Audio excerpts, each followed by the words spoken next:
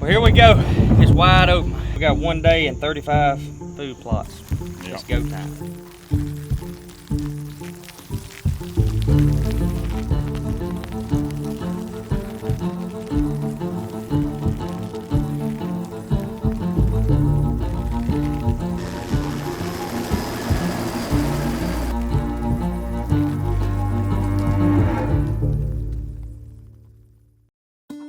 I wouldn't mind when you said you don't feed a lot. I wouldn't mind you as a neighbor. I don't. Bart's the candy man of our group. I call him the candy man. It's funny. I sell box blinds too, for a company. But anyways, so I work with a local feed and seed store, and I had a buddy come in there pick up some box blinds. Bart comes in there and in February he's buying like 15 bags of corn. And my buddy looks at him and says, "Man, deer season's over. It's a while before turkey season." He said, "What the heck are you feeding corn to now?" He looked at him and said, "Man, corn's like cigarettes. You never know when you're going to need it." Well, a lot of times I get so excited putting cameras up the day deer season closes to see what made it. Yeah, that's right. Then I Yeah. start, just like you said, then I start, okay, we're going to tweak this, we're going to plant this. Yeah. I'm going to focus my attention here, Yeah. hours-wise, because I know he's there. Yeah. Yeah. Planning starts. Yeah. So wrapping up the rut, I think that we missed one point though. It's food plots and those open areas. Anybody that knows by watching our show knows that I like to decoy deer a lot. And this is a very, very key time to be able to utilize those plots to decoy and hunt over. Because you can literally put a deer where you want it.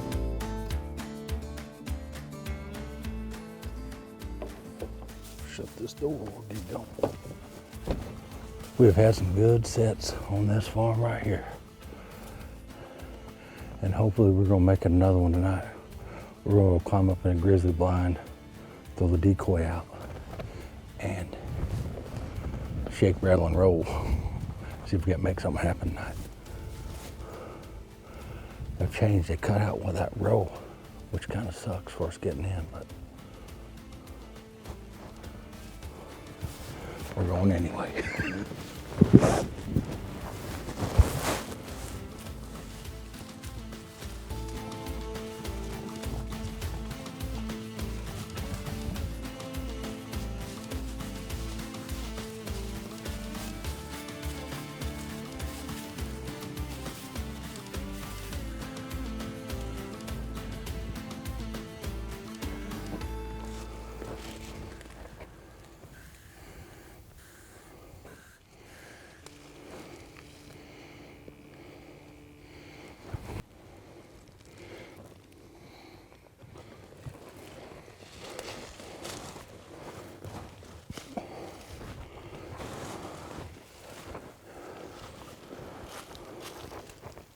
Well, what you don't want to happen just happened.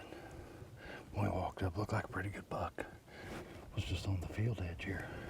Or just walked out through the field edge and looked over and was like, whoa, what's that? And went the other direction. So, who knows, he may circle back around, come out and see this field, think everything's all right. If not, we'll go after another one. Good one. I can't ready to get after it.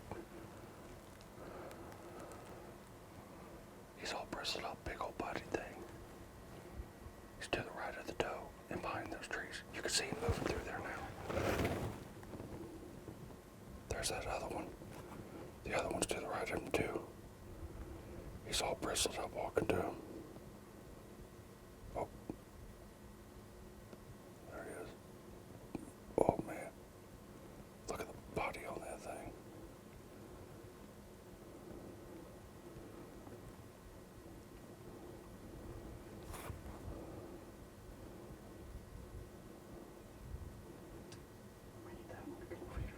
Oh yeah.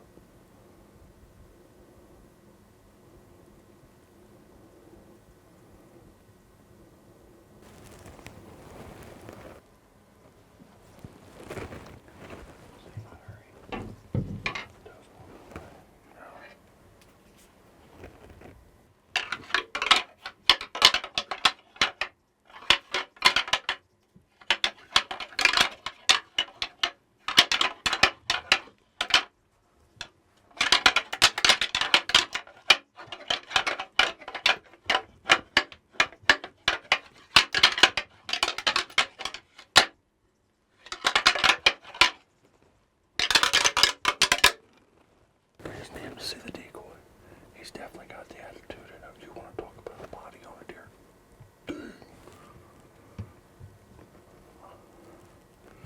Man, he was all beefed up. Just looked like a good 10 point, good solid 10 point, but definitely mature. I'd definitely shoot that deer. Here he comes. He's coming back across all the way towards us.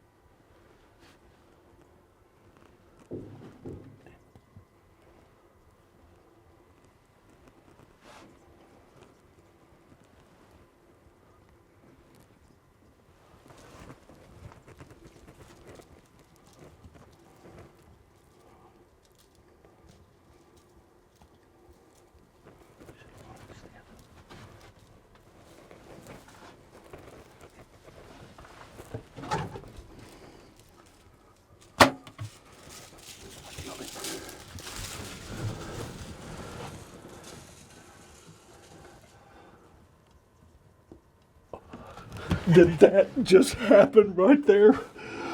Oh, man.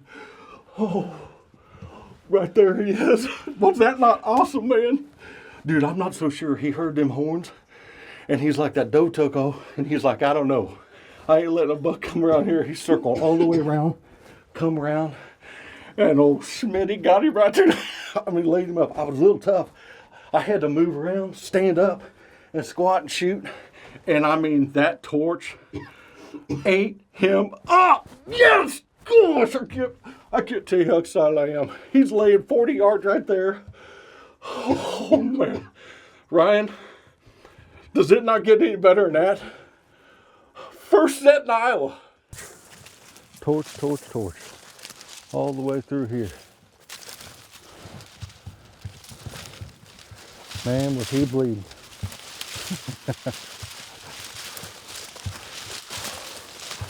Look at that right there, Ryan. I mean, an Iowa bruiser. An awesome. Oh man, he's better than I thought he was, Ryan. He's better than I thought he was. Look at the body on this deer, Ryan. Look at the body on this deer. Oh, my goodness gracious. Look at the body on this deer. Golly, what a beast. Look at that. Iowa. Man, oh man. I'm telling you right now, that right there is the definition of a mature whitetail. And I mean, he is a bruiser. A bruiser. The body on this thing's crazy. Just an awesome buck. Man, we watched him make some scrapes, tend that doe, hit the horns together. He walked off and turned around, come back, did what mature deer do a lot of times. A lot of people expect him just to run right in. He worked off and circled right back around. He thought, those guys ain't gonna have all the action. I'm gonna get in there and whoop some butt. With a neck that big, I'm telling you right now, he would have done it too. And that torch just wrecked him. I mean, wrecked his world.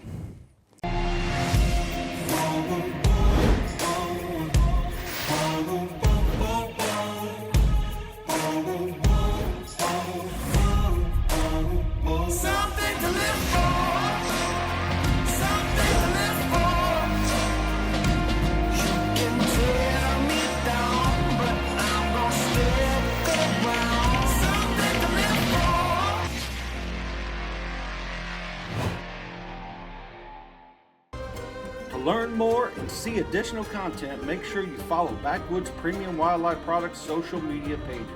And don't forget to subscribe to the YouTube channel. So your owl hunt this year, what was the food situation? Now you ended up, it was a decoy hunt, right? Yep. What was the food situation there?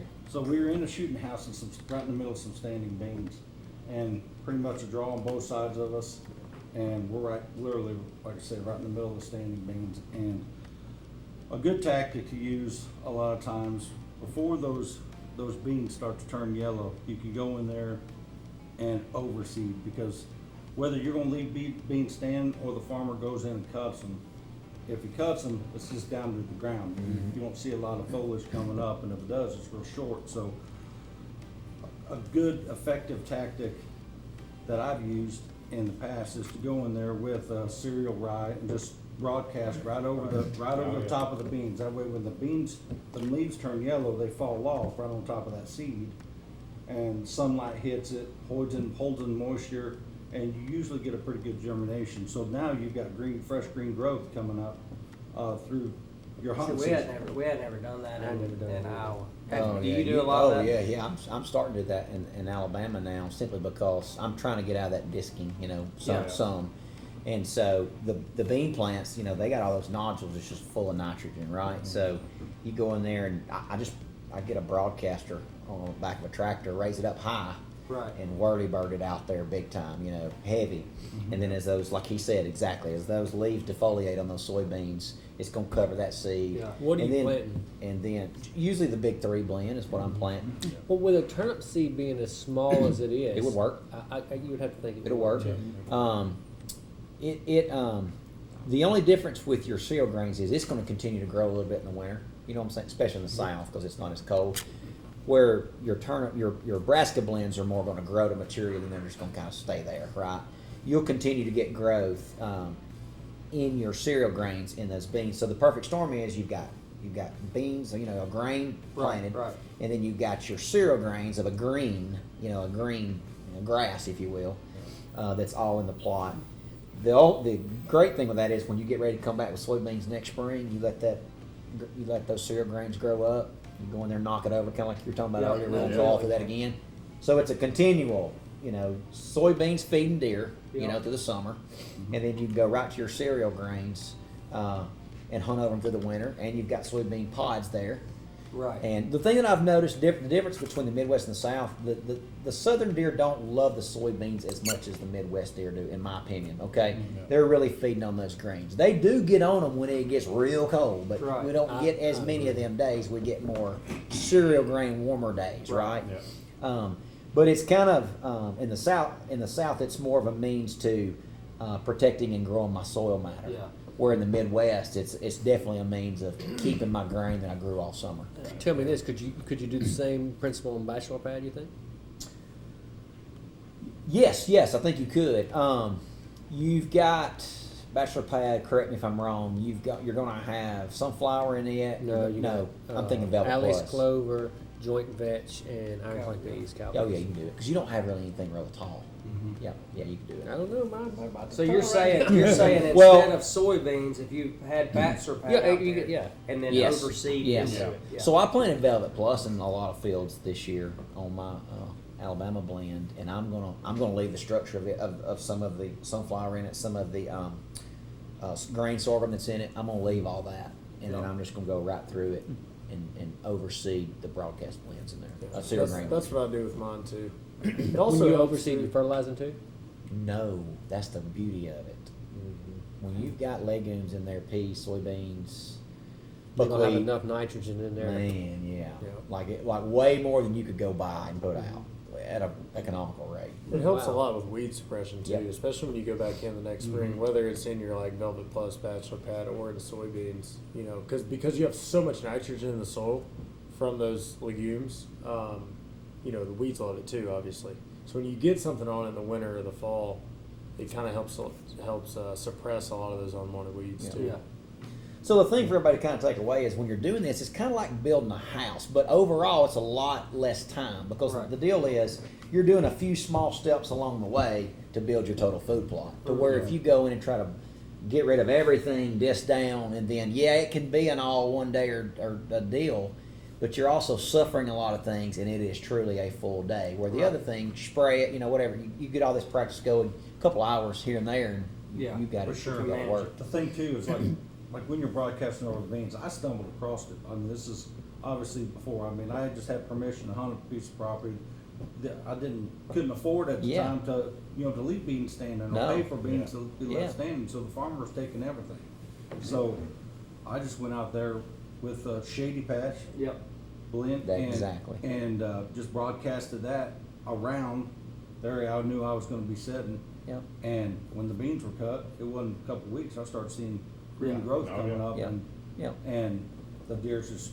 So the next year I did bigger and bigger, and I started applying it to other bean fields and seeing that it really works. So it's an economical solution to really being effective and putting deer by your stand when you want when you're going to. You don't run any chemical problems, being that if a farmer. So you if they've sprayed dicamba on it, so certain states you can't spray dicamba after June 15th. Okay, it's not every state, but some states are like that. You need to kind of find out what was sprayed on it. As long as you've got 60 days from the time you plant to the time it was sprayed, you're technically okay if you're outside that 60-day window. But there is some herbicides, that if you didn't, if it's got dicamba on it sprayed 30 days ago, it's gonna, if it's an enlist bean, it's gonna have dicamba on it. The other thing, what I see a lot with people do is they will plant a little soybean plot, or they will do, they planted something and it never matured because of the overbrowsing pressure, right? But what you'll notice with beans that don't make, that are still out there, is they'll be about this tall, and there'll be little bitty pods all over them, and there's some, but they just don't last. You know what I'm saying? You can, if you've got soybeans that are like that tall, and they're pretty thick that tall, they're just not a big canopy, don't till those under. Go out there, absolutely, because then you don't even have to wait for the beans to defoliate, because you still got rows and it hadn't canopied over. So you can broadcast that seed in there, and then you've got your cereal grains and those soybeans. And when you do that, start hunting as soon as season over. Hunt it, because man, you got everything a deer wants for a little bit of time. And so the timing of that. So are you, when you're getting ready to go in and broadcast, whether it's shady patch or big 3 or turnips or whatever the case may be, are you doing that in September? Or are you doing that as the leaves turn? What's kind of the timing of that? My Midwest time frame, same time as my Nebraska plants. I planted all around that. So it's early. August 18th, 19th. So in the South, no, I'm going to plant. So I plant the beans. I plant a little bit of a variety, but I want the longest date of maturity. Okay, so I'm planting like a 5-2 bean because I want the leaves to hang on, right? Because we still gonna get enough warm days in November, December to grow some cereal grains, right? But as soon as you see one yellow leaf in that field, and it's not because you goofed up spraying something or something, it's coming. So as soon as you start seeing a few yellow leaves, which realistically is probably gonna be towards the end of September. Then, about the time you plant your regular. Then go hit it. Same time as you would And plant. DJ, like say y'all in Kansas, you're in that early time frame. You're gonna go ahead and broadcast. Yeah, I don't worry too much about it, honestly. Obviously we're not going in, super early and planting them, but those seeds are hardy enough that they can sit on the ground for a little bit. You may lose a few to turkeys, something like that, but those seeds are hardy enough to where they can sit on the ground until those leaves start to yellow up. And plus, you got a lot of cover. Because exactly. So when you are broadcasting stuff through beans, obviously your beans are canopied, right? So there's no sunlight hitting the ground, which is what you need to germinate a seed. You need moisture and sunlight. So those seeds are fine sitting there for, even if they sit there for a month, they're okay. They'll still germinate. You may lose a little here and there, but they'll be fine. So we go in, and just like you said, we plant them, we broadcast them over top of beans, just like when we plant all of our fall stuff. And then once those leaves start to yellow up, die off, then that sunlight's able to get to the ground. Then so it may start coming up a little later than most of your fall stuff, but that's okay. It's still got time. Do you try to time it right before rain? Oh yes, if you can, absolutely. I will say, compared to the burn down of the grasses and all, in the soybean fields or in ag fields, it's not as important. Like it can hold a little longer because those soybeans that are canopied, man, they're gonna hold some moisture underneath that canopy, and it's shaded out a lot, so that soil temperature is just not exploding, But absolutely, you want that rain to germinate, to really help the seed germinate. definitely make sure when you're broadcasting into no-till ground like that, bump your seed rate. That's up. right. You know, Yeah. if you're normally planting 50 pounds an acre, go ahead and do about 70. Yeah. You know, you're still saving a lot of money not burning I think diesel it's- fuel and all that. It's interesting too. So you're sitting here talking about all this July and August and September, 1st October, all the planting stuff, but all that is for late season. Like Yeah. everything you're talking about right now is Yeah. plant, like you are on that Yep. decoy hunt. What was that? November. Yeah. You know, and it's the same. Everything is a process. You Yeah. know, what you do now Yep. is a plan for Yep. November, December, and January. Yep.